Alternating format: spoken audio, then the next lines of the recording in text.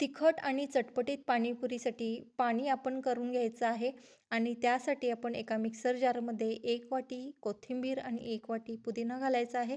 यामध्ये 4 ते 5 हिरव्या मिरच्या घालायच्या आहेत. आलं चिरून छान असं यामध्ये घालायचं आहे आणि चवीप्रमाणे मीठ घालायचं आहे. यामध्ये तुम्ही काळं मीठ देखील घालू शकता.